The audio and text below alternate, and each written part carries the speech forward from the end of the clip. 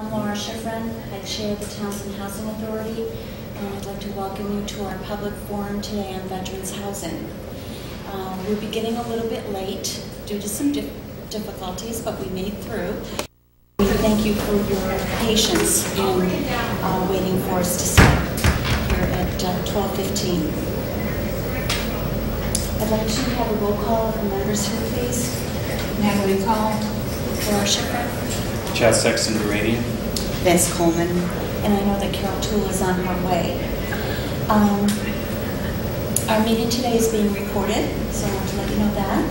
And is anyone else recording the meeting here? Okay. I would like us all to stand up and give the declaration, please.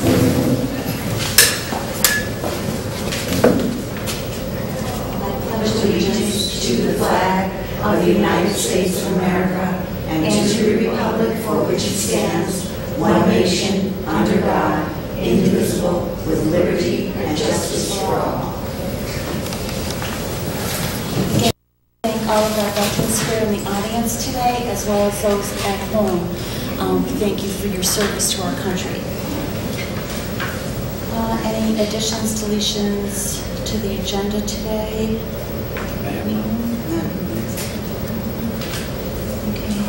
Just like to say State Representative Harrington is here with us today, and although I thought I mentioned her on the agenda, but I didn't, I'd like to have her say a few words later on in the program.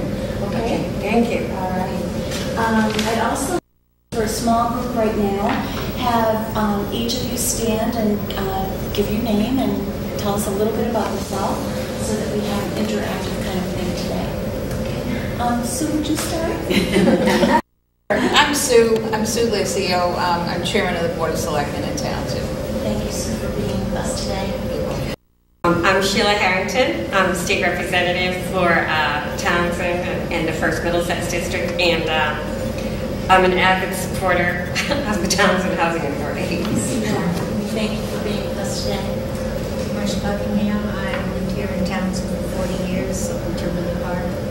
And it's just interesting to see what this was all about. Were you interactive with us on Facebook? Yeah. Yes, thank you for coming today. You had some good questions. Kim Buckingham. I live in Townsend with Marcia. I served in the military in Vietnam from, I was drafted in October of '66 and got out in 1968. Thank you for your service, Kim. Russ Moore, Townsend, I'm a Vietnam vet. Been very active in the VFW over the years. Lived here almost all my life, only 70 years, but Thank you, Russ. Hi, I'm Lisa Felty. I'm the permanent housing director for Soldier On. Married, live in Southampton with 4 kids. And I'm John Downing. I'm the now executive vice president of Soldier On. And I run Soldier On. I work in the housing area now, in the development area, trying to put it all together. And we're here today at the invitation of the Housing Authority. Yes, thank you for coming again. You did present to us before, and we were very impressed at the time that we wanted to have you back here today. So thank you. Especially since we did, you were kind enough to allow us to tour Avalon and the facility there. And it was myself and Natalie and Betty Ann that were there. And your tour guide was wonderful. And we couldn't have been more impressed. We saw so many possibilities for what could happen here in our community. So thank you again for being here. I would be remiss if I didn't thank the Flower Hutch, right? No, it's Gary's too. Sorry. Oh, I gave the Flower Hutch a plug as well. Member of the TVA. But Gary's too. Thank you for the flowers here today.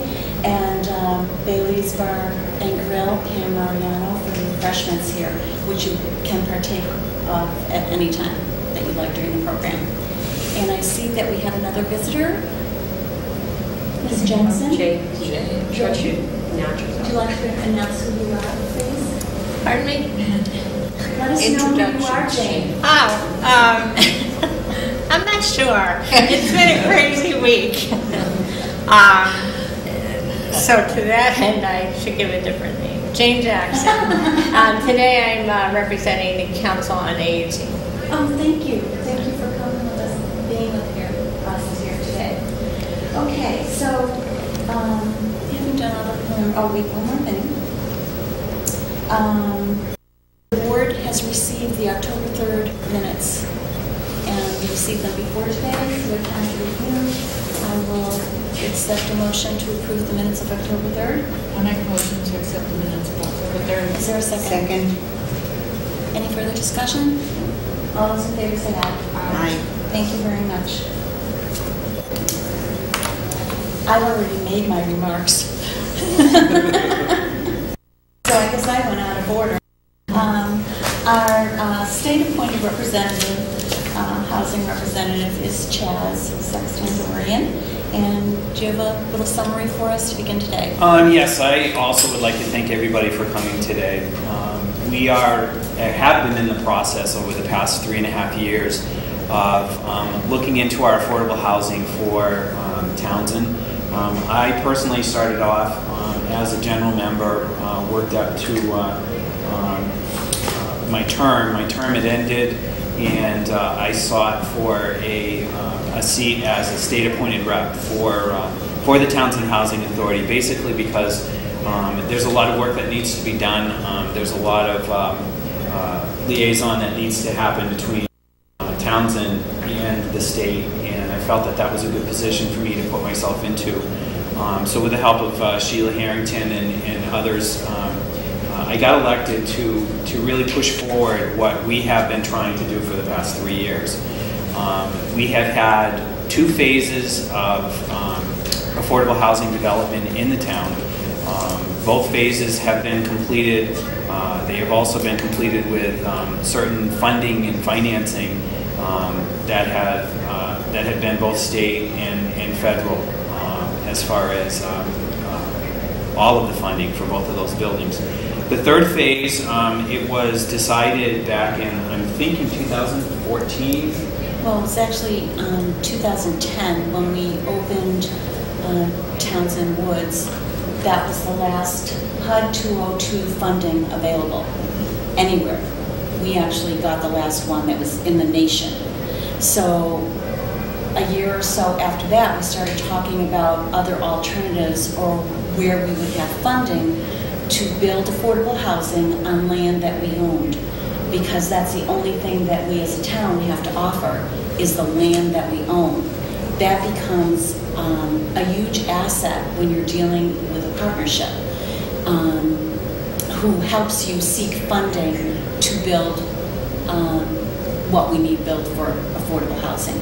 So it has been through, actually when Kathy Arujo was on, was since passed, and she did a lot of work, brought forward the idea of the veterans housing, and at that time the board agreed with that, and we have moved forward in that realm since then. There is more funding that we can get for veterans now, because now it's popular, and I hate to say it that way, but popular to be in favor of the veterans. Not that we always weren't, but there's more of a focus now to make sure that they're taken care of. And we want to be part of that. Our group has voted to be part of that. So in that end, having the first 2 phases completed and us dedicating the last phase to veterans housing, we have embarked on basically a search for money, a search for companies that we would be able to partner with that would help us ultimately get, our main goal is to increase our affordable housing for the town of Townsend. And right now where we sit with the affordable housing or the inventory that we have, we are falling short of that, which basically means that we are susceptible to the possibility of a 40B facility being built. For that end, that's why we as a housing authority agreed that we were going to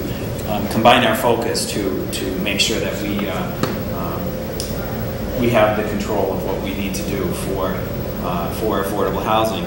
So to that end, we have been, over the past year, looking at companies that have been working for veterans with veterans in order to seek where we need to do to refine our search. We've had several presentations that have been videoed that are all available on the town's YouTube site. And we had invited Soldier On, which is going to be presenting today. They have had a proposal to us that we feel fits exactly what we believe is the criteria involved in where our next phase should be. So at that end, I basically feel that we all felt that having a public forum and letting the public know where we're at with and then take some formal votes as to find out what our next step is basically where we're at right now. So this is where the Housing Authority has been after the past 3.5 years. I would add to that Chaz was actually the chairman of the Townsend Housing Authority when his term was up and his position was eliminated by the state, and they had the state-appointed position, which became Betty Ann Coleman. So, and we have another member, Carol Toole, and she'll be here shortly. So, Chaz has been very active and positive in everything that we have been attempting to do for now about 5 years, actually. You're saying 3, but I think it was longer than that. So, do you want to? Are you done with something? Yep. Oh, okay. That brings us up to date. Yep. So, we've already gone through, and please, anytime you want, get something to eat. Except Jack. Miss Jack, would you come up and give us a little presentation, bring us up to speed as to where Soldier On is now, and also, and you said this once before in the last presentation about how long it would take us, what our next steps would be, and how long it would take us to get where we want to go. I think primarily, first of all, we have material in the back that outlines what we've done in Massachusetts and in other areas in the Northeast. But essentially, I think the community needs to take an area, we believe, about 25 miles in circumference around the community. Because if you want to get an eligible population to go into affordable housing and make it work, you're going to need more than the town of Townsend. So if we did that area, that really, we think, would really work very well. It's worked almost everywhere we went. And in rural areas located, it works extremely well.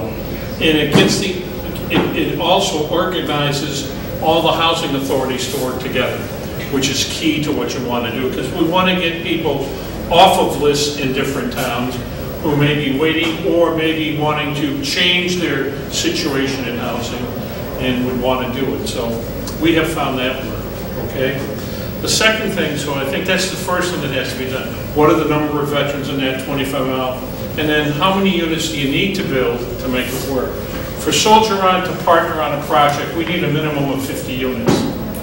Why do we need a minimum of 50 units? Very simple.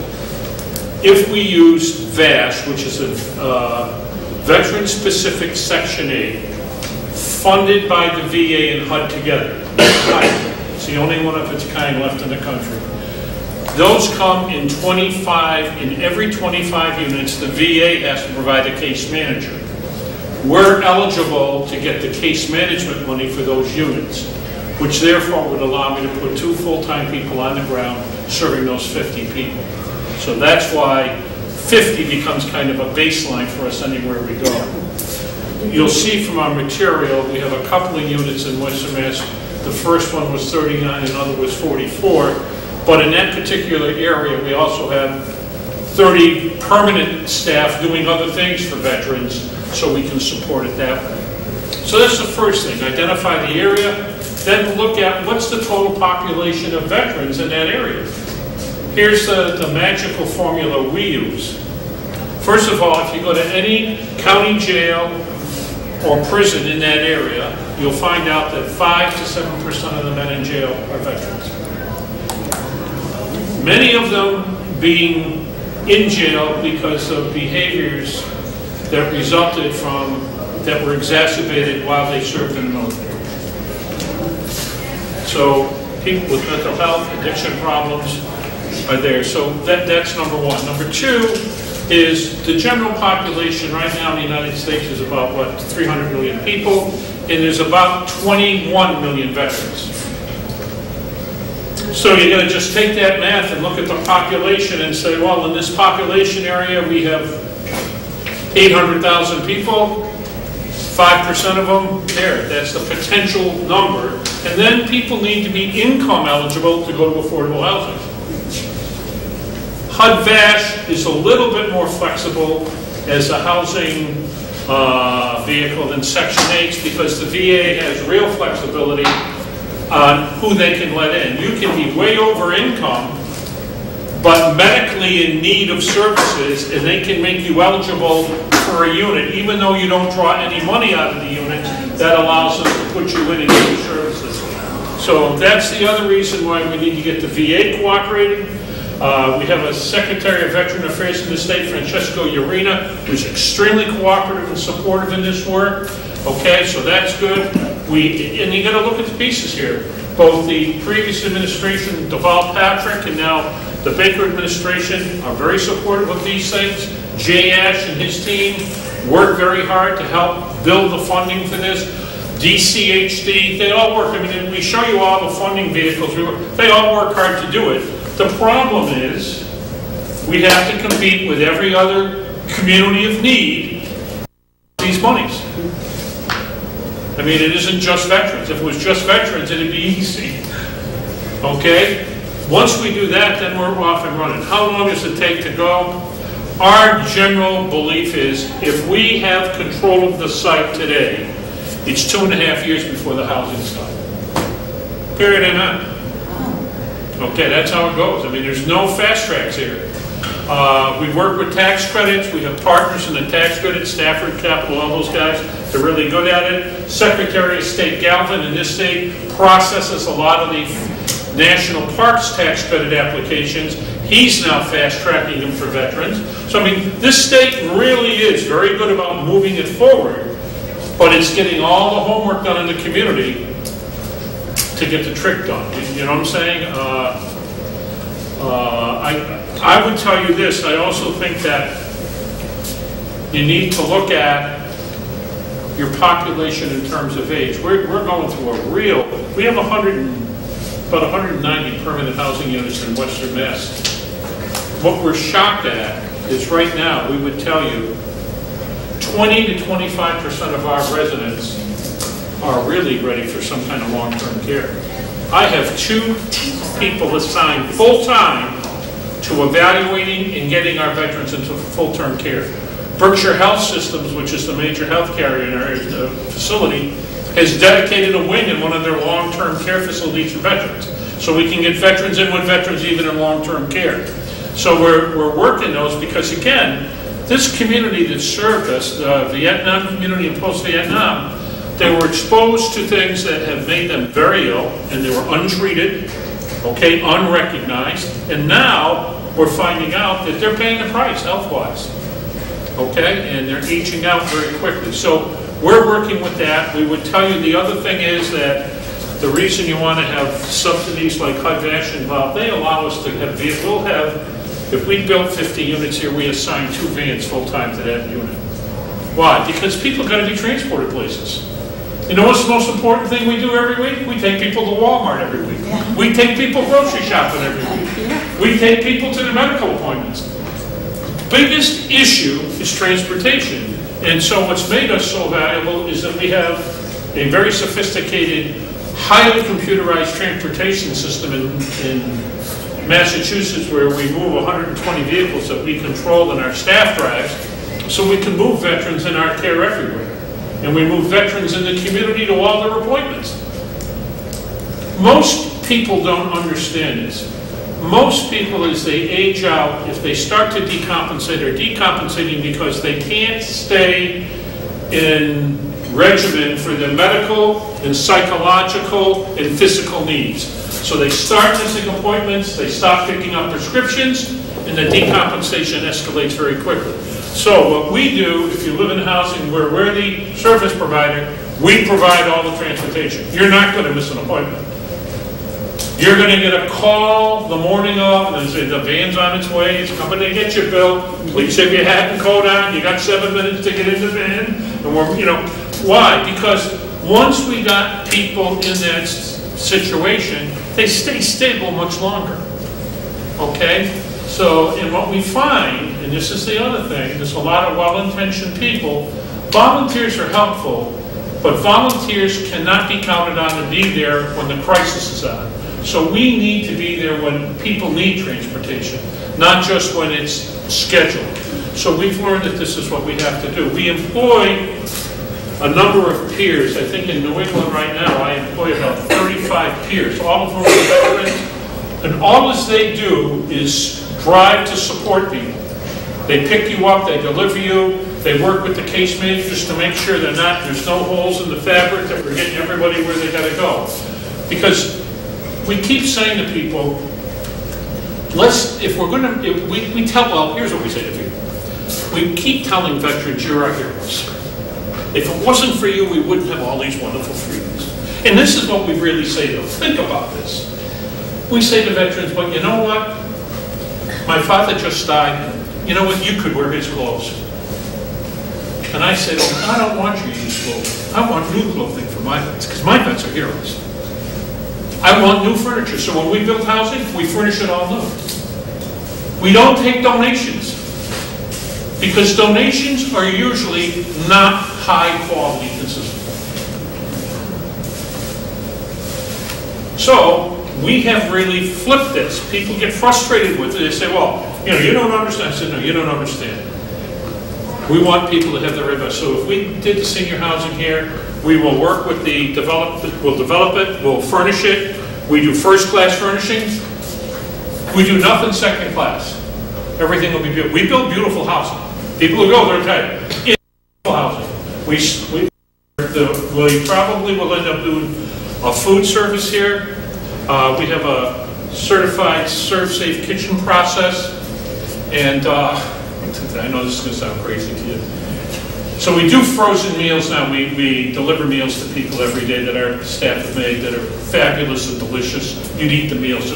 This is not Meals on Wheels. This is really good food on wheels. But to top it all off, and I was just sitting here, I just got a response from the Klarman Family Foundation. They're going to entertain finding 2 food trucks and a portable kitchen so we can move wherever we go to set it up, make it work, and get to where people need to get the meals. So we're committed to this process. We're not committed to a town. We're committed to all the towns where we're asked to serve and where people can figure out the means to make it happen. I do think in Massachusetts we have this unique thing right now. DCHD is really good about getting financing done. The vouchers from the VA will be the biggest war we'll have, okay? And we'll be battering federal people to make sure the VA gets in line and gets them here. Because the VA can sweep vouchers from unused in other parts of the country and put them where they want. They just don't like to do the work. So we have to make them do the work. I mean, that, But in Western Mass, we use Congressman McGovern and Congressman O'Neill. They've been extremely responsive. And both senators are great, but it's the congressmen who normally do the dirty work, okay? And they've been very good about it. So I'm sure down here that's not going to be a problem. So that's the kind of thing we're looking at. We'll fit in wherever you want. We don't have to be the developer. We don't, we can do what you want us to do. We love serving veterans. That's our commitment. Okay? And we'll go anywhere to serve them. We're not afraid of that. We don't have any rules for most of our housing. Most of the housing we've built so far is gender specific, even though that's illegal. You can't have gender specific housing in our country, okay? It has to be open to both male and female. I cannot get female vets to move in where my male vets live. Why is that? 91% of all the female veterans that we serve suffered military sexual trauma. 91%. So they don't want to live where the men are. They want to live where they control. So I'm building. Right now we have 14 units going under construction in Pittsfield for women. We can't say it's for women, 14 units, but it'll be all women, okay? Because they want to live in their own community. So right now, because we've been serving homeless veterans, basically, up till now, that's the community of men and women that we serve. We can serve mixed in Florida. We just did a contract with the city of Daytona. We're providing housing support services for veterans and non-veterans who are eligible for affordable housing. They're paying us to do that, okay, in Daytona Beach. We just signed a contract with them. We're looking at a contract now in New Jersey where we're going to build, I think, 70 units in Tinton Falls. That community's asked us also, could we work with the regular homeless population on top of it, because they like our model. So we're figuring out how we do that and still maintain what we want to for veterans. So we're open to whatever, okay? I'll answer questions. The woman with me, Lisa Felty, so we put her right on the spot. She's the woman that makes me look so smart. So let's just get it straight. She did 16 years in the Northampton Housing Authority. Okay, so she was serving our people who were going into housing. And we liked her nasty attitude, her tough management style, honestly, very forthright and direct, and very good at what she did. So she's now our director of permanent housing. So Lisa's a gal who understands how it operates, what you need to do, and day to day is the person that solves all our problems. Okay? So we'll answer whatever you want, or that's kind of where we're at. I'll have you come up. No, I'm good. No, you're good? I'm going to open it up to questions, but I think you might have touched on one of them, and I tried to explain this before. We don't know exactly what it's going to look like, but to answer one of the questions, it doesn't have to be just veterans, and it doesn't have to be just male. So depending on what the model is that we end up with, we could be servicing many facets. Yes, but if you, just so you have it in your head, if you don't have 25 veteran units in the development, we don't have the money to provide services. Okay. That's where the trick is, okay? I'm sorry, now, repeat that, please. If we need 25 units, so we get the money from the VA to provide case management. Okay. Massachusetts does not have really a separate fund like some other states where you can apply for monies to provide services to people in permanent housing just in general. Massachusetts, you almost always have to have it specified the community of people you're going to serve. So there's a little bit of a trick here. It may be something that could change, but I'm sure the state representative would say to you, don't put that burden on my plate right now, you live with it, because I'll throw you out of the district quickly. If I could say, I mean, it's something definitely to be brought up, and as you alluded to earlier, it's very highly supported in Massachusetts. Yes. Whenever we've had the 2 Val Acts and the Brave Act last year, so there have been sort of omnibus kind of bills that have added funding here and there, but if this is a specific thing that we're not taking care of, then it should be brought this year before the legislature. There's also this year, there's a significant surplus in Massachusetts right now, so we're kind of in the funny money world if we could, if things work right. I mean, I guess the rep would tell you that. I'm sure she knows there must be 80,000 people lined up to go after that, but communities of need, that becomes a real player for them. So that's the other piece. Right now, there is mad money in this state. You know, if you could say that without. So to that, as a board, we, as Chad, said in his summary, we have lost some of our affordable count in the town that we had as affordable housing. We have lost through resale, they couldn't sell it affordable, so our counts have gone down. So our desire would be to build as many as we could. So what has been the largest amount that you have built in one area? Because I know that you said in Albany, New York, I have 100 units on one piece of land, so, Okay. But again, yeah, you know, it depends on what you can serve in your community. And what our parcel may hold. Yeah, I think there's that, there's zoning things, a number of pieces. I think you're also going to find that the state and the VA will say, well, we'll only put so many vouchers into this area. They'll have some kind of say in it also. I mean, there's a number of pieces that flow together. Generally speaking, once there's a site and there's a plan, those agencies start to cooperate, not just at the planning level. Now they get very specific and they'll say to you, look, we know we can get 25 in there right away. They're good that way, you know what I'm saying? Well, we know we could do 50. Okay. You know, anyway, we'd like to see more, but that would have to come through discovery. So, and yeah, feasibility study for that piece. But I'm just going like by my experience and what I know for soils and whatnot and what we have here. So, and we know through the studies that we've done so far that there's probably around 2,000 in our area of veterans. So the 50 would be a drop in the bucket. Those would go quite quickly. That's true, but remember now, people are living somewhere right now. Do they want to leave there? Is there a need to leave there? Has people's circumstances? What we found as we've built in different places, we find two things. Housing authorities immediately call us and say, we've got 5 vets whose spouses have died that would love to live with other vets. So if they're eligible, they want to come, we move them right in. You know what I'm saying? So there's one group, there's that area. The second thing is that we try to work from the base community out because this is the community where all the services are going to take place, so we want to respond to this need and then move out. But the realities also are that state agencies will set priorities depending on how they fund and what kind of vouchers you're using.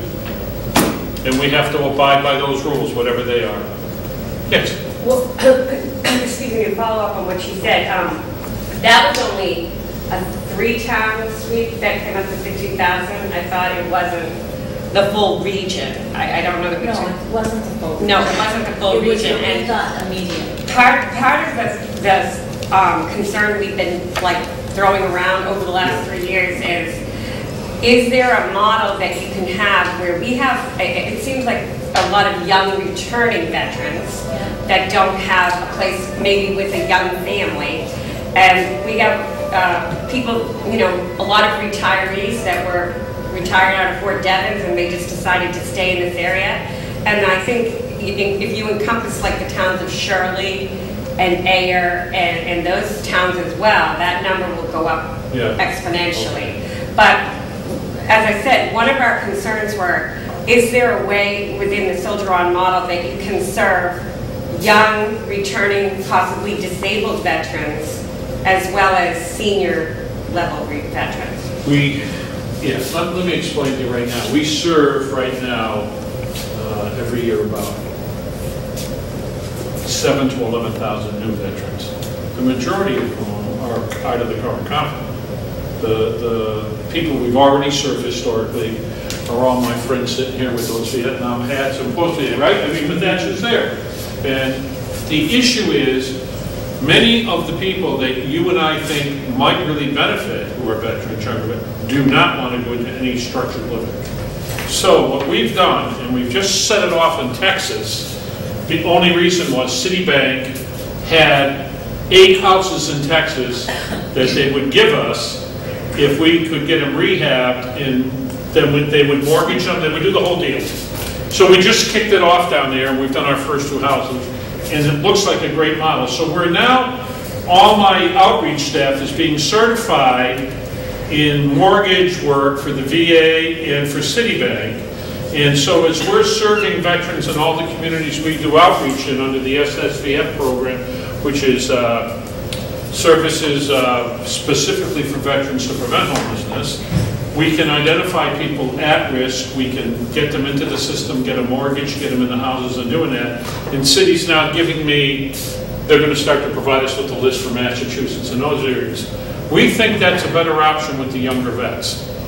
Okay, they seem to want to own their own place, and if we can get them mortgaged at reasonable rates, get them into houses where their mortgage is, like 50% of the value, and the value's gone up because we got the house free, and we've got a company like Lennox Heating and Cooling is doing all the heating and cooling free in all the houses in Texas we can get our hands on. So you get that kind of start, you know what I'm saying? So we hope we would be able to do the same here in Massachusetts. So we're now moving that way because we think that's a better opportunity for them.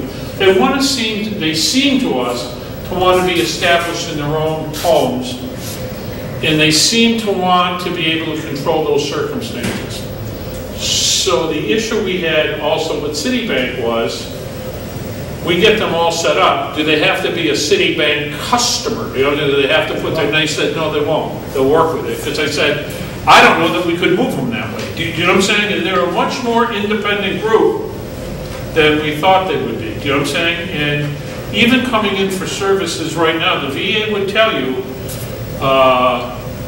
many of them are just in and out. They will not stay for counseling. They get their service and get out. They don't want to talk. We used to think that Vietnam veterans were all the difficult ones, and guys that are Vietnam vets will tell you story after story of that, but the VA now, the young men and women, they come in, they get their service, they get out. They won't share anything. They only give them the information they want. So we're trying to respond to it that way. Would we be? Yeah, but I don't think you're going to get somebody with 1 or 2 kids and a young couple to live anywhere where there's many people over 45. That's my opinion. I don't know that, but that's what we're seeing. Generally. Now, there's exceptions, but generally speaking. I'd just like to put my 2 cents worth in. When I came back from Vietnam, we weren't welcome at all. That's right. All the veterans today are welcome. Correct. Women in. Correct. And when you say that women don't want to live in the same place that men do, that kind of hurts me a little bit, because the Townsend VFW is very open to women veterans. Yeah. And I've been to Washington, D.C. For the VFW. Yeah.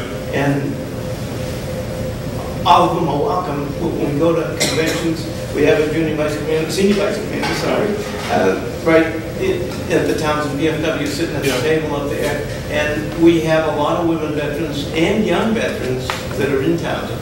Yeah. Most veterans organizations are dying out there because they don't welcome the new veterans. We do, and I believe that you'll find that most women veterans coming back would live in a place like that. I could be wrong, but I really think that most of them would be okay with that. The women that I work with were all enlisted women, number one. You got to understand that. And, they were currently in the military.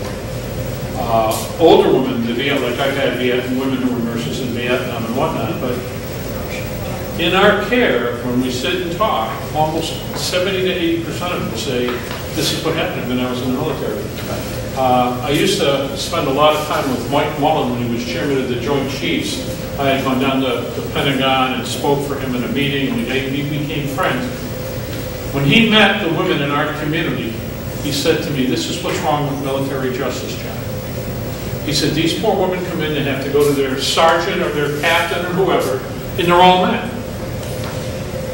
And he said, we minimize it. We don't understand the horrible indignity of having someone just say something crude to you and thinking it's okay, let alone going beyond that. And so he started back then with the help of his wife to really start to work with military justice. But it takes a long time to create those changes. That's the problem. It's not, the system is huge, And so where people get away with it, it has stayed hidden for a long time until it comes out in the light. Yes, ma'am. So I'm confused now.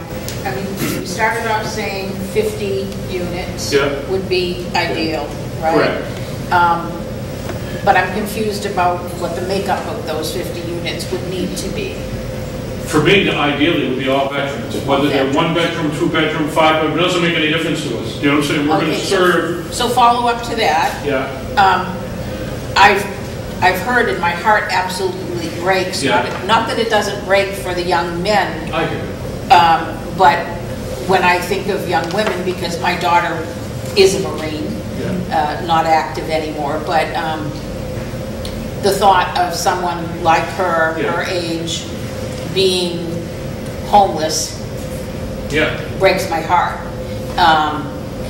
because I know what she did, you know, and would someone like her that was in a dire circumstance be one of the people that could potentially move into this project? Sure. Okay. Here's what we'll tell you, Soldier on. The VA absolutely comes after me every time I say this publicly, but know this. We do not want to say no to any veteran. We try to find a way to say yes to every veteran. So here's the deal with Soldier On in terms of our services. I may not be able to get you into the housing because you can't get a HUD VAX unit. You know what I'm saying? You're not eligible. But we will provide transportation for you. We will get you the food stamps and all the treatments you can, anything you need to do. We do not say no to any veteran. And when I say any veteran, I don't care if you're dishonorably discharged, okay? I don't care if you have a criminal record. One day in the American military uniform, okay, we're going to serve you. Our commitment was this. We found that when we were operating with the similar rules to other agencies where you had to be VA eligible or you had to have some, you know, here's what happens. You find a way to refuse to serve the people that you find difficult. So when we stopped that, and that's now for 10 years, and we started serving every veteran, we found a way to serve every veteran. And you know what we found? Because they used to say to me, oh, the guys who are honorably discharged don't want that. That's not true. They want to help all vets too. We've never had an issue. So we find you can welcome them all together. It makes it work. So we look to say yes to everybody. We'll try to find a way. So if we can't get a HUD VAX for you, there may be another Section 8 program.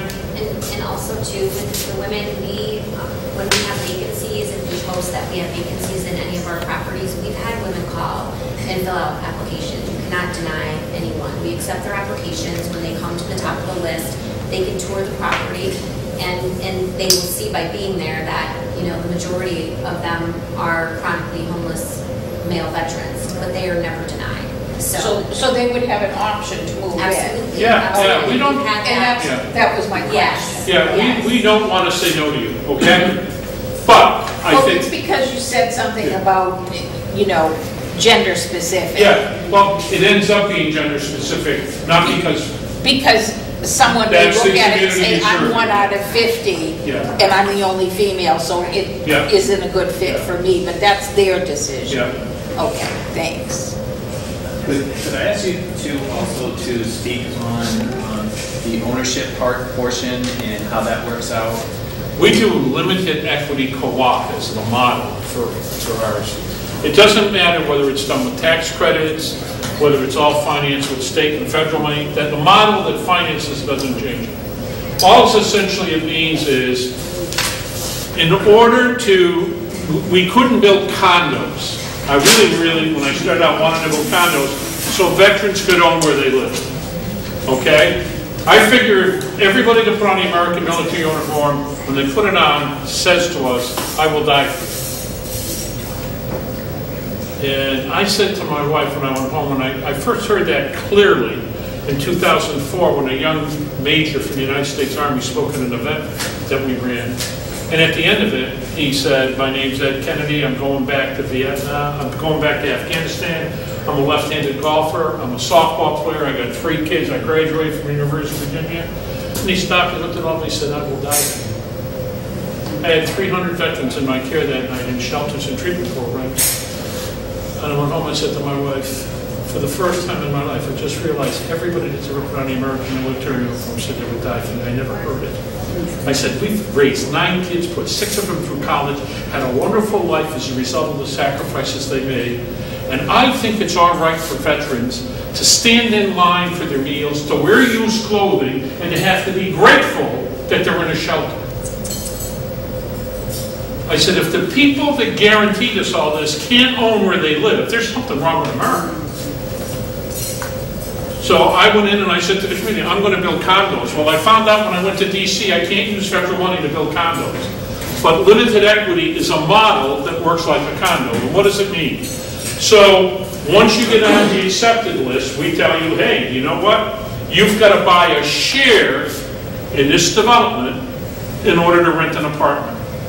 The share arbitrarily is valued at $2,500. If you don't have the money, we gift you the money. If you have a limited income and you say, well, I can pay $200, you pay $200, we pay $20, we get banks and local groups to finance that. Why?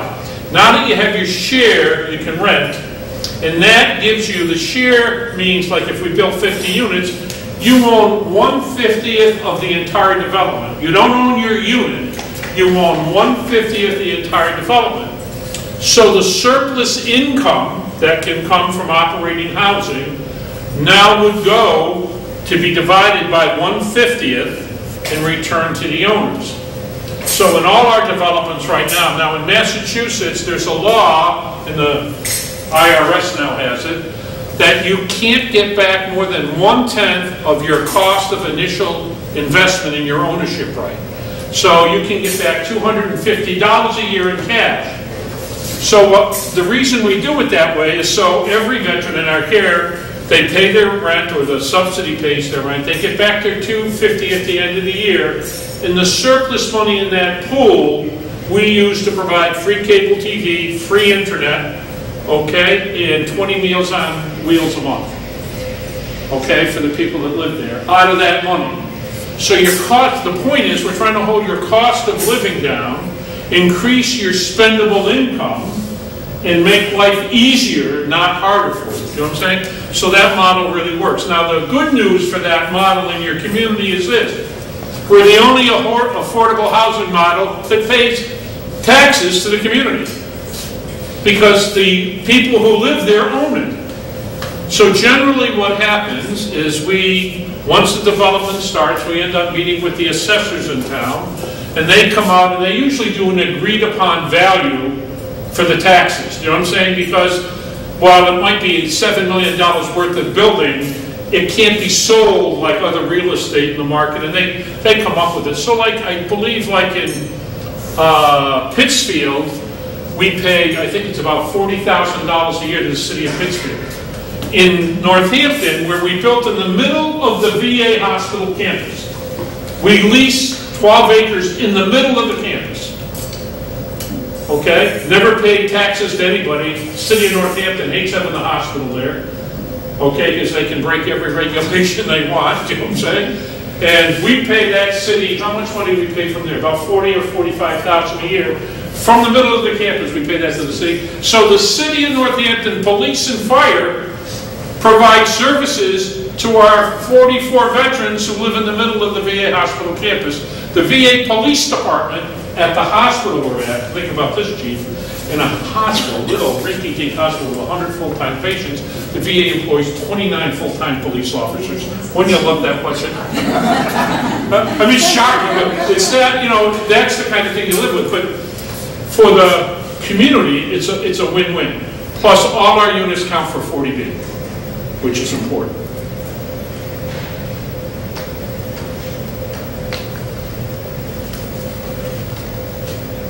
Yes, ma'am. What does Townsend need to do? Get the numbers together and start the process on the land, and then I think you're probably going to want to call in one or two other potential veteran service agencies like us and have us all interview us all, go through it, and make your decisions. Here's what I'm going to tell you now, so it's on the table, so there's no BS. Anything that Soldier-On has in terms of previous developments, our blueprints, our engineering studies, our traffic, anything, we will provide to anybody who does it free. We're to serve veterans, so we don't care. So you don't have to pick us, it's not about that, okay? The important thing is get it done for the vets. Could I ask another question regarding your services? And I know at the beginning you talked a lot about getting people to appointments and such as that. Is there a, I actually have two questions. Is there the ability to have educational or you know, need-related, veteran need-related forums or sessions that would be available to all veterans, whether they live there or not. And then my other question is, and this is a little bit of a stickier situation because it's got to be more things worked out if this were ever to come to pass, but where we are talking about is right across over the river and through the woods, basically, right there. So a lot of, it sounds like the model that seems to all reoccur for you is senior age people are taking these housing spots more often than not. Okay, so is there any willingness, like with Soldier On, to work with the town to provide like walking access if possible? There's some conservation issues, but I hate people like you. well, You complicate things that are very simple. No, the reason I'm saying that is we run into this in almost every development. At one point, we were in the town of Del Rico with the Housing Authority. They were looking to do something in the middle, and we had agreed that we would provide a bicycle path through the property and 4 lookouts on the river up there for the bird watchers. And then the guy in the Housing Authority and the guy who was the town manager got whacked somehow and the whole thing went down. But so we've been through that. Here's the issue for us. If we know up front what the costs are, so let's say we were going to do a bike path over there just to get a number, and the number for the bike path is $100,000. We can then add that into our cost per unit and get it as part of the overall development cost. If we don't have it up front and we're not committed to it and we're not locked in, then we're dead in the water and we can't make it happen. We have found out from all the funding agencies, if they know up front, they'll give us a little flex on that to allow it in the community. But how big the number can be also depends on who's in charge of those agencies when we fund.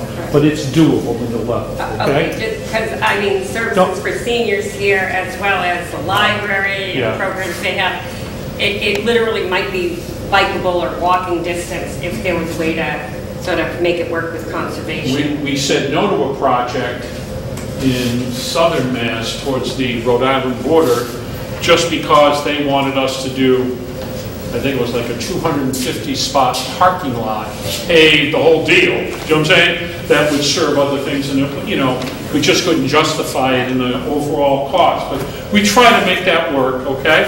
And generally speaking, if it's reasonable and the number's not a killer, we can get it done. Okay. And Chaz, you had? Yeah, we have, in a lot of the work that we've done, we've touched upon a lot of conservation. We've talked to conservation and zoning and all of that kind of stuff. 2 years ago, I think it was, we had actually went out to survey the land that we had there. And with that, we had an engineer, and we also had a gentleman, Ray, and I can't think of his last name off the top of my head, but Jackson.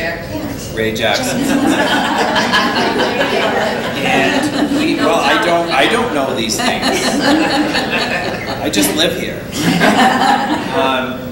But there are other projects that we have in mind that is going to go along with what we have had. And he has been working with us to see if we can have a trail from where the current senior housing is down here, where this is, and portions of it are wetlands that we could, you know, that we could find funds to build bridges if we needed to, and that kind of stuff. That would also enhance what we're trying to do with that parcel of land that we have. We're building 100 units, 120 units in Albany, New York, right next to the airport, on a site that's a shaker site.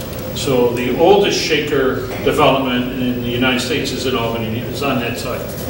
And also on the site is a huge wetlands area that the county built some bridges and walkways around so people could fish, and they went into disarray. So part of our deal with Albany County is they're going to pay my veterans to rebuild the bridges and to run this recreation area, okay? And then we will, as part of the development, build 20 parking spots along a strip so people can pull in and park and go fishing there.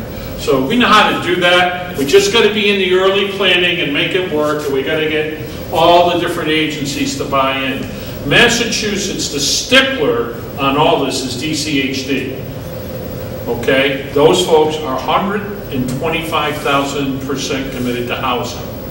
In any nickel or dime you move somewhere else, boy, you gotta really go to work. So we need to do our homework on that. That'd be the agency that will be the most difficult to convince. That's our experience. Yes, ma'am. How much property, how big do you need? That's up to whatever the point. We have. But my point is, let's assume 50. That doesn't make any difference to me. If it's 50, how much land do we need?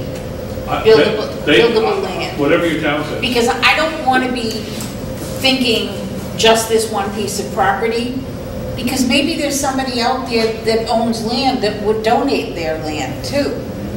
I mean, I don't want to say that that isn't possible, because I believe it is. Yeah, I don't know. Okay, I don't know your town well enough, but in size, we always conform to whatever the community tells us. So how much land do we need? We, of course, have been looking for the land that's the rest of this parcel, which is 7 acres, which is more than enough Okay. to do this. Okay, so if we found somebody who wanted to donate 10 acres of land, Right, that's buildable land, that's buildable. we would accept that gift. Yes. Okay, I just think it's good to be out there, because you just never know. Yeah, and when we had our last meeting and I said a benefactor, that's what I meant. You know, Yeah. that if somebody has the land, I mean, the land that, just so Maybe everyone somebody knows, wants the to buy land that the we land. have now has been donated to the town by Dr. Atwood way back, and you know, so this is land that was given to the town. Okay, that brings up another one, and the reason I'm talking about this is because I don't think that at this point we should be married to one particular solution. I don't think we are. No. Okay. We have a list of town-owned properties. Okay, and that's what I was going to talk a little bit about. Properties Committee is getting revitalized. We've gotten several volunteers for it. The board is going to have a discussion on this coming agenda to talk about the Properties Committee and the bylaw, about how they operate. I was at a conference at Holy Cross for the area municipalities, and the governor and his staff, basically all of his secretaries, the lieutenant governor were there. They were talking about best practices and all of the things that they are doing for the communities.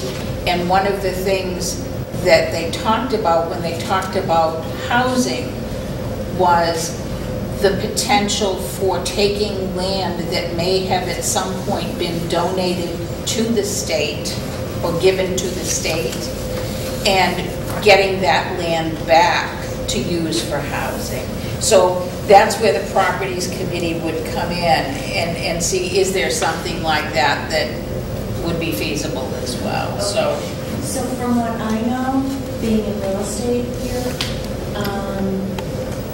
the properties that I have seen that are owned by the state are more like conservation land, wetlands, fishery, whatever, you know, that they would take. They would be not buildable to begin with. So not likely that that would happen, but as Chad was saying, we did mention it at the last meeting when we all got the town properties list, which most of which is probably not buildable, that we would look at that, and that we would look at also a beneficiary for a piece that somebody wanted to give up. It would have to be a real benefactor, because buildable land is scarce, so to give up land, it would have a higher value than a wetland piece, you know? okay, so how much would we estimate the value of 10 acres of buildable land in Townsend to be worth? Depending on the frontage, of course, and what you could build on it, because if it was just frontage enough for one lot, that's all it would be worth, and you're talking somewhere between 75 and 100,000 if it was perked and you knew that it was buildable. Okay, if it was more frontage and you could subdivide Okay, it. so again, to build what we're talking about building, saying 10 acres, obviously you need some kind of access to it. What's the value? Well, we estimated when we had property for Townsend Woods, we estimated $100,000 Okay. for the land. And that was So our we need a contribution. benefactor to come forward. I believe in things like that. I'm sorry, I believe in it. If you don't ask, you It would be can't great. get it. It would be great if we got another. But if you don't ask, you're not gonna get That's it, right. you know? So That's right. I just think that we should put the word out there that if anybody has an extra $100,000 around or has the land, and preferably both. So I'm really saying that, because I mean, I'm glad you're saying that, I'm glad it's on the TV, and it will be on YouTube, and we will put it out there. The other part of this is that that property is very conducive. The property we now have is worth $100,000 for the lot that we're going to use, and it's very conducive and convenient for the library, for the senior center. You know, it has a lot of attributes that going somewhere far out in town may not have. You're not going to find a parcel, I shouldn't really say that. There's not likely to be a parcel around Main Street that could be used for this. For fire and police access also, that site works well. We did take some. Yeah, time looking safety-wise. at this. I think because it's I'm already. just a believer, that's all I'm saying. Hallelujah, but I think that was the most practical site for the services that there's already needed, and less pushback from the neighborhoods. You know, if we try to put this someplace else, we're going to get more pushback. And there's already easy access to I that. just want us to have as many options as possible. Absolutely. And we do too. And Because if there you must look be back in more our than history, just you'll this. see that we have looked at several different models, several different what ifs. We've had maps strewn on the table saying, how about this, how about that? Yeah. You know, what it boils down to, quite simply, is that we are looking to increase our affordable housing inventory, all right? 10% is what we were supposed to have for the state to keep a 40B officially coming into our town and building something like this, whether we wanted it here or not. Because once that gets decided upon, if we don't meet our inventory, that is a possibility that somebody may have the land to be able to build 100 units. But they can't do anything now because we have an affordable housing plan that we're following to say that we are trying to get up to our 10% for the state. One other thing too that I think is important is presently, if you're a veteran, you take priority in Townsend Woods or the Atwood because of your veteran status, is my understanding. So that if we were to have a facility for veterans, that actually opens up more Townsend Housing Authority availability in the other buildings, Yes. without maybe people having to move off the quote-unquote campus. You might be in the same location, but just in a different building. Correct. And that is another facet that we have discussed at nauseum, actually, that whoever is, if you are a veteran and you're currently living in Atwood Acres or Townsend Woods, the availability of moving over and freeing up that, thus reducing, and that is another thing that we're looking at, reducing the wait time to get into these senior housing. You know, that's one of our biggest things that we're trying to look at, and without having a benefactor or somebody that has deep pockets, you know, we're kind of working, you know, at the smaller level to get the bigger picture. Make it available for everyone. The other thing too is because I have had the ability to be present during some of the meetings with some of the other vendors. Some were more quasi-public.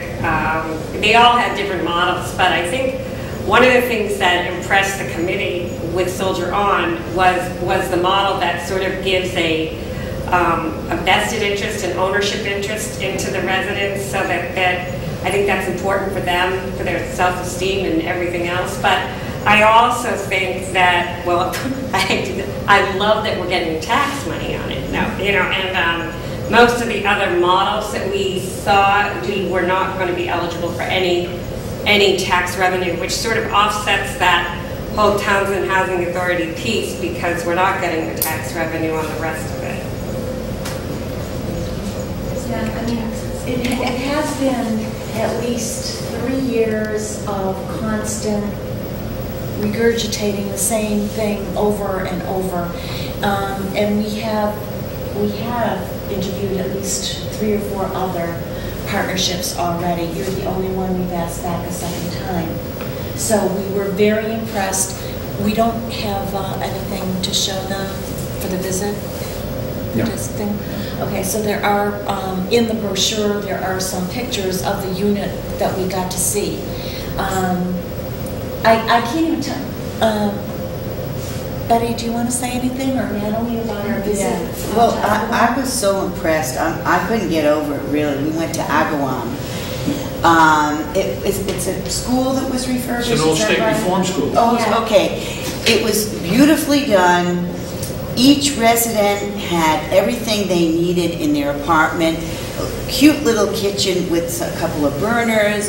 That's all you really need anyway. And a microwave, and internet, and a little dining area, and a living room.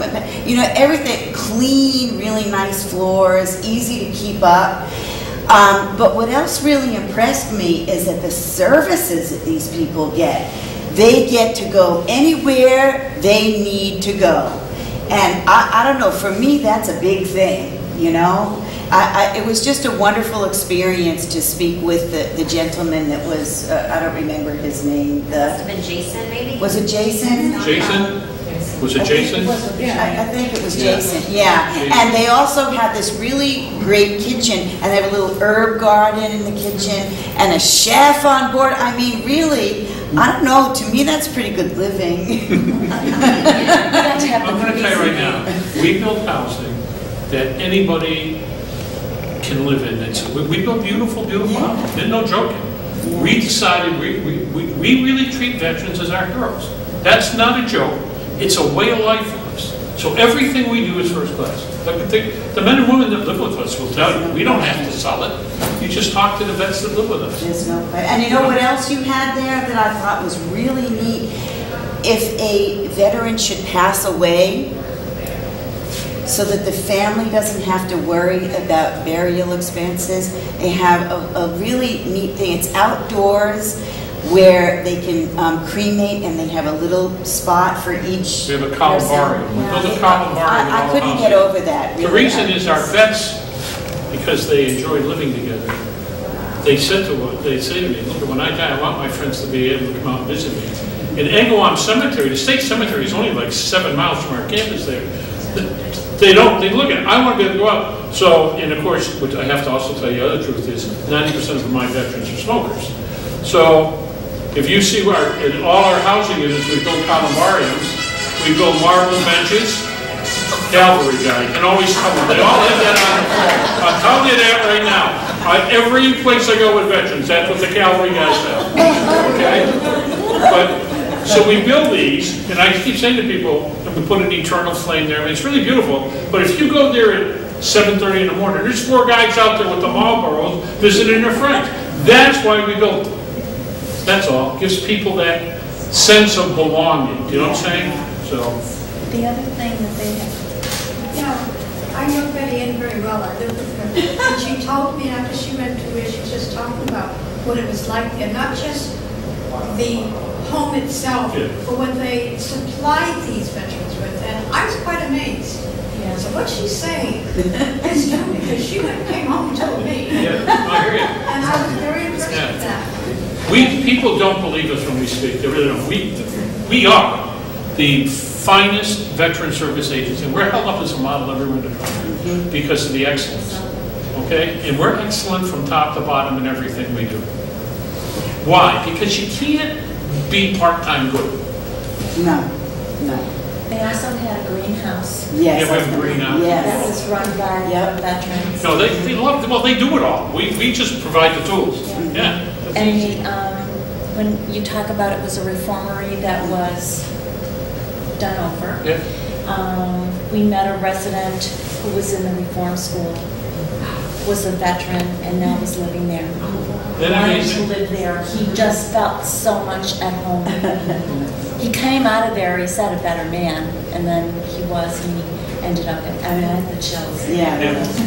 Natalie, impression? I mean, as a veteran, a woman veteran especially, we're so used to having, not why we're hanging out wherever we hang out. I went to it, this is an example as I was a veteran. If I didn't know a veteran, I'd still know that veteran. I've been a veteran since 1980. I'm retired. I live in Townsend. Luckily I bought a house a year and a half ago with my VA benefits. But I'm very active with the VFW. I'm the Women's Veterans Liaison for the state of Massachusetts. But that's not it. I'm a veteran, period. Veterans like hanging out with veterans. Amen. You ask me a question, unless you're a veteran, don't even talk to me. Because you know what? Veterans have lingo. We know exactly what we're talking about. We know the same lingo. I've slept when I was in Iraq, going to Iraq, I should say. I had Susie on one side, Joe on the other side, Jamal down my feet. But there's situations where you can't be in the same area. Leeds, I know women that are living. It's just like that. First class, all the way. And it's not going to cost an arm and a leg because these veterans want to be there.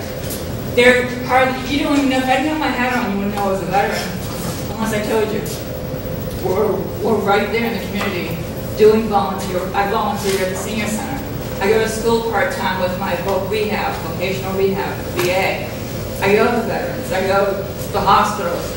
But you wouldn't know unless I told you. But we have the same story. Different country maybe, different welcome. I wasn't welcomed with grand flags.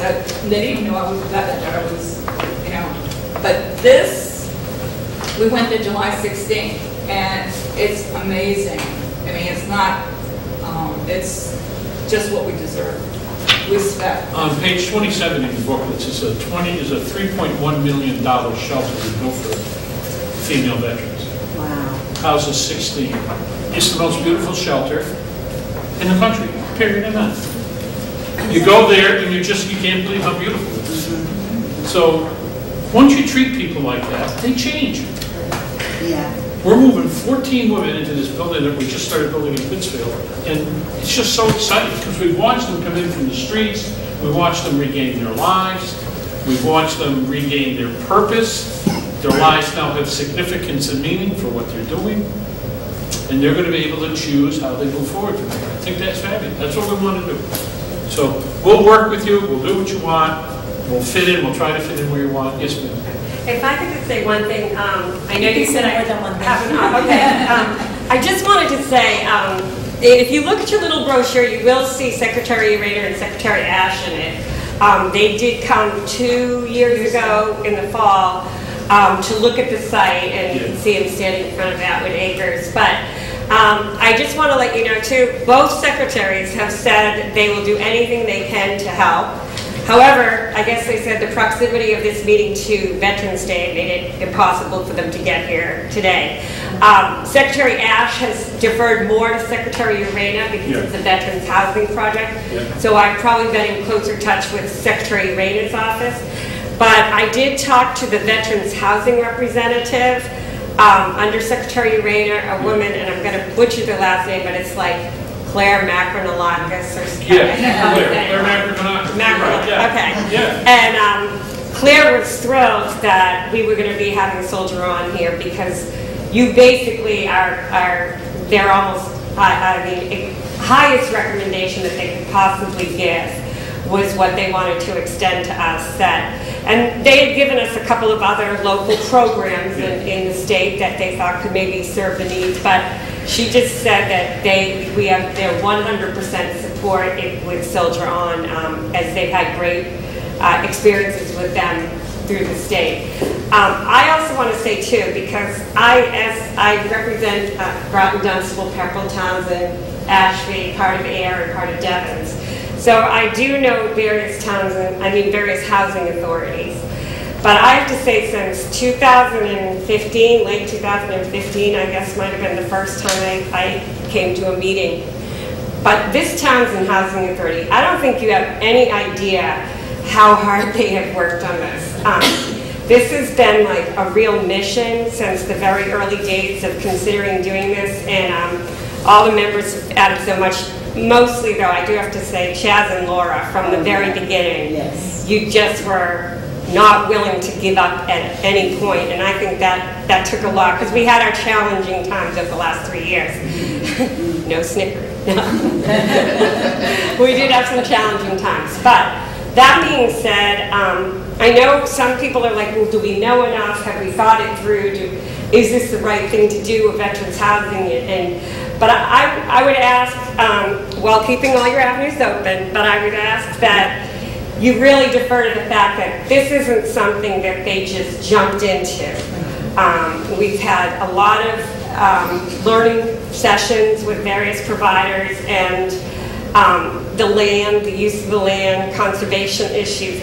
We have looked at it from a multitude of angles, and I think the town should be enormously proud of the Housing Authority, and most especially the two that have been working it for so long, and proud that their priority is the veterans. Because I know, people housing is a precious commodity, and it's hard to get in the state. And unfortunately, a new housing bill that should have been passed last time didn't get finished, and it's delayed some people getting a home, a place to live. So it's a serious issue, and you should be proud that you have them at the helm, and you should be proud that Townsend puts their veterans at such a high priority. So I just wanted to bring that up. Thank you. Thank you for stating again about how Jay Ash and Irena were out and walked their land. They were so excited that they still ask her about what's going on with that piece because they thought it was perfect. And to have people at the state be excited about this project and want to get behind it, I think, my God, that's a battle you've already won. You don't have to go another place. But again, we have not. We're on the air now. Anybody who wants to donate 10 acres of land that's eligible for veterans housing, please contact Chaz. Housing.townsend.mass.us. So, any other questions? Chief Bailey, thank you for coming. You're welcome. I'm sorry I was late. I didn't tie That's up. all right. That's all right. You get to hear a bit about it. Do you have any comments? I think it's a great idea. I actually sat to another presentation similar to this last year. Yeah, we've been, for the last 18 months, we have interviewed 4 or 5 other partnerships, but Soldier On is the first one that we actually wanted to go to the site after, Sue, you were at his last one when you talked about that co-op and the community effort. It's more, they're going to pay taxes, they're going to be part of the community, they're going to give the community other services other than what's just going to be at the house. They're going to be part of the community and, like he said, service the other veterans that are not necessarily living at that property but in the community. That's something we don't have. Our transportation here is horrible. We have people who miss appointments all the time because their transportation is not reliable. So somebody was going to say something. Jane. Well, repeating myself or rephrasing it, what's the next step? Obviously, you're talking to the choir here. Yes. I doubt that there's anyone who's opposed to it. What do we do next besides another I have hearing? written down here as a question, like, what is our next step? I wrote it down that our town has to do. You've got to settle on a piece of land, and I think you're able to contact, and once you know it can be built on, then I think we can move forward with the housing. Okay, so Sue I just think it's that kind of process. Okay, so Sue Licio is the chairman of our Board of Selectmen, and obviously, after we as a group find what we believe is feasible, we would present that to the Board of Selectmen, and then they would have to vote on that for us to... You know what? Do you believe in Kismet? Yes. And I think all of the tumblers are falling in together. I'm very excited to have a new town council starting on November 1st. And the reason that I'm excited is because they happen to be what I think is a really proactive firm. One of the things that they're going to do for us is, and this is all a flat fee, they're going to have office hours. In town hall? In town hall.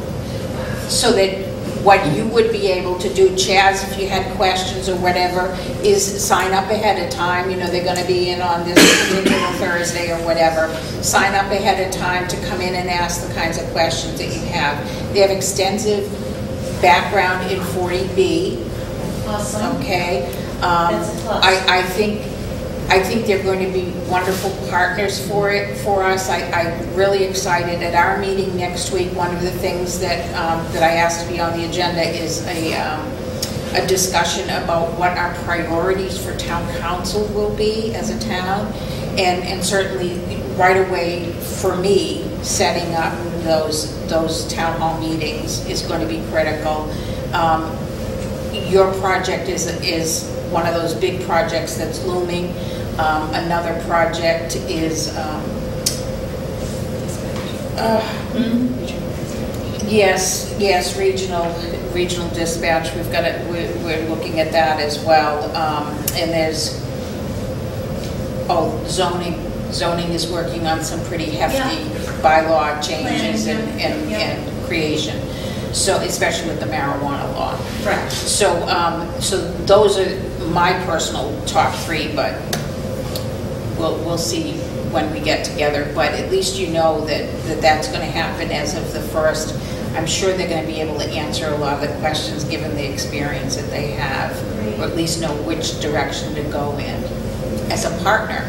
Yeah, and to say to you too, Michelle Rainier, the new land use coordinator, thank you. She was an assistant planner, and she's also very familiar with the housing plan and our goals and restrictions. And I would just say to everyone, in 2019, and we need to make sure this happens, we need to have another forum, town forum, so that we can write our 2020 plan that has to be approved. It's every 5 years, and that is for housing, and that's where this affordable housing comes into play. We have a good plan now, but it has to be built on, and so I'm just putting it out there. 2019, we have to have the public forum, summaries, and plan has to be added for 2020 for the state. So I'm excited.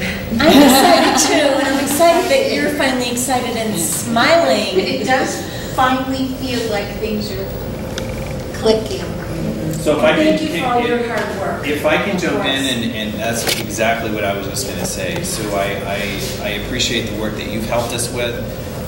That there's a lot of pieces that go on behind the scenes, and you're part of that, helping us, pointing us in the right direction. And I want to personally thank you for the work that you've done.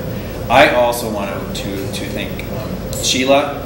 We have been texting and leaving voicemails and very responsive. Very, very You're the responsive. best. I mean, I do represent the town in the state, and there's a lot of times that I have to call someplace that I get a voicemail and I never get a call back or whatever.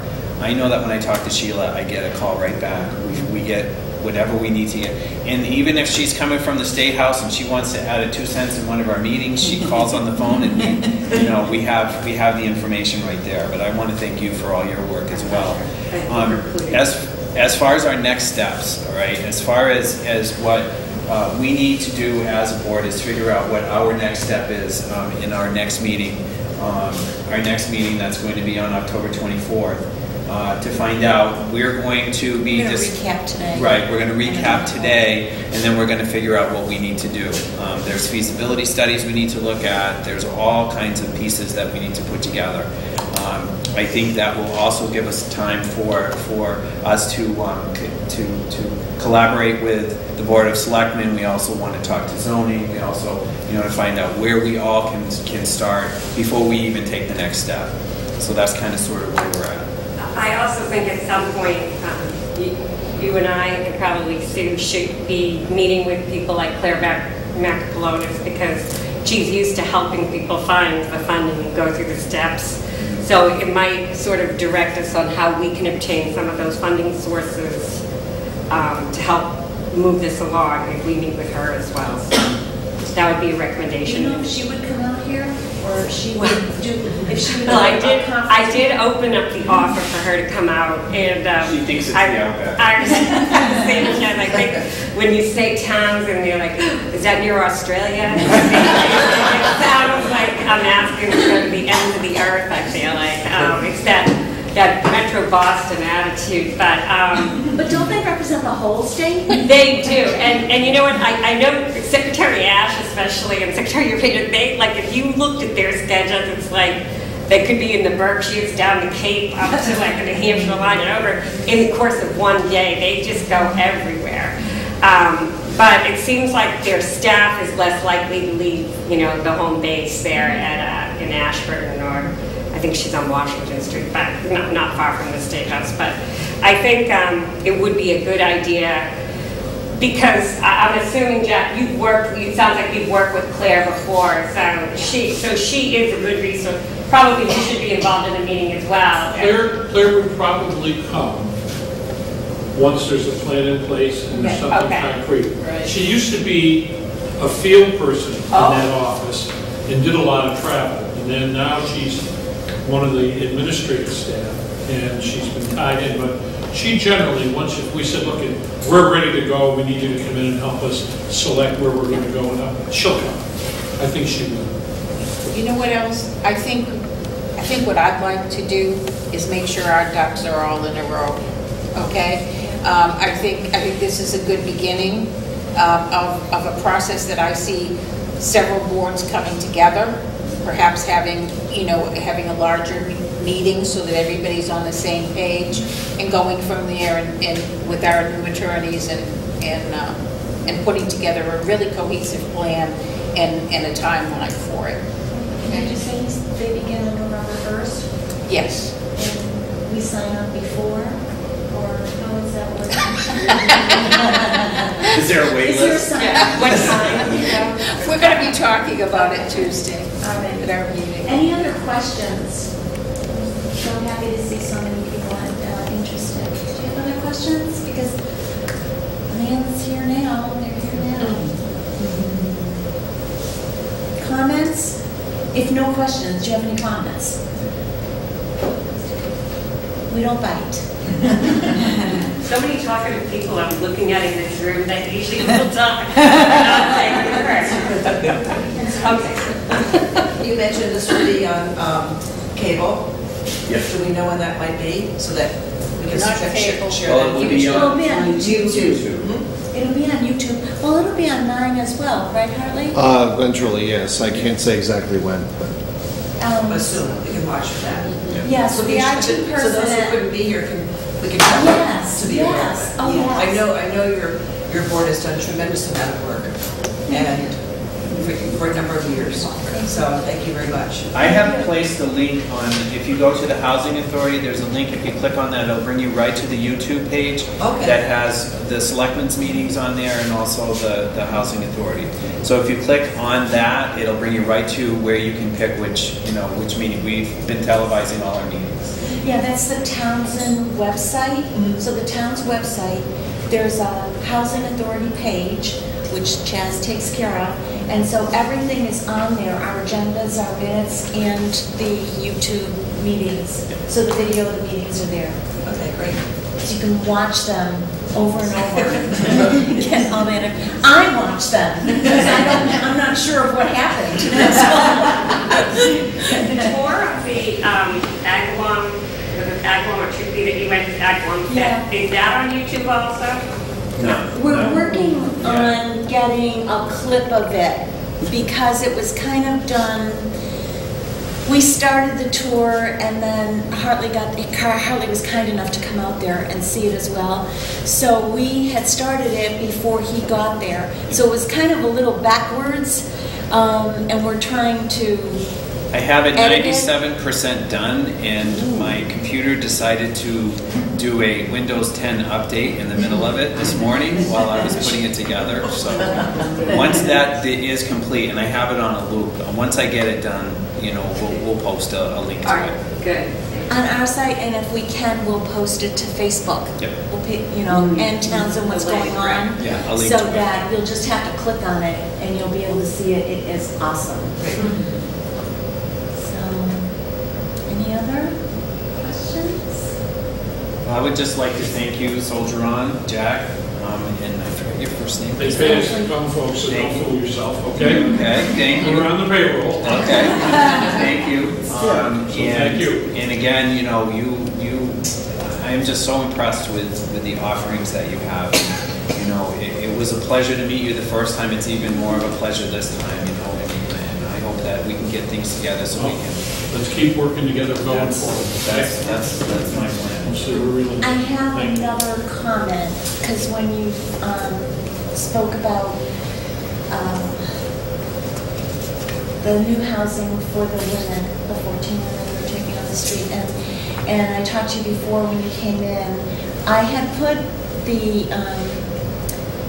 agenda and some photos on Facebook and in Townsend what's going on, and I had an interaction with someone who reached out, and she said that Soldier On is the very best out there, and she has personal experience with Soldier On, and I asked her if she would come today because it would have been great to hear from her, and she was told me she was going to Leeds today.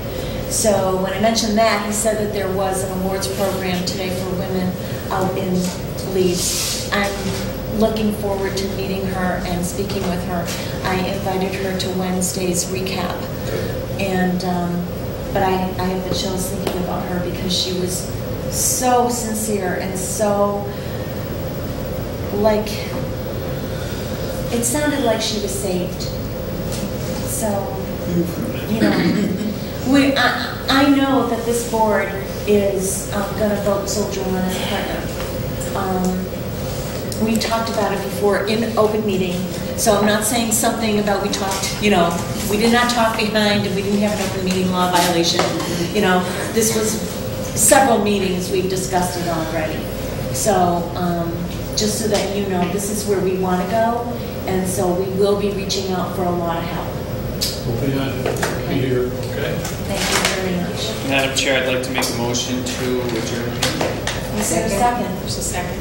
Okay, all those in favor say aye. Aye. Thank you. Thank you so much for coming. And have some food, please. Thank you for coming.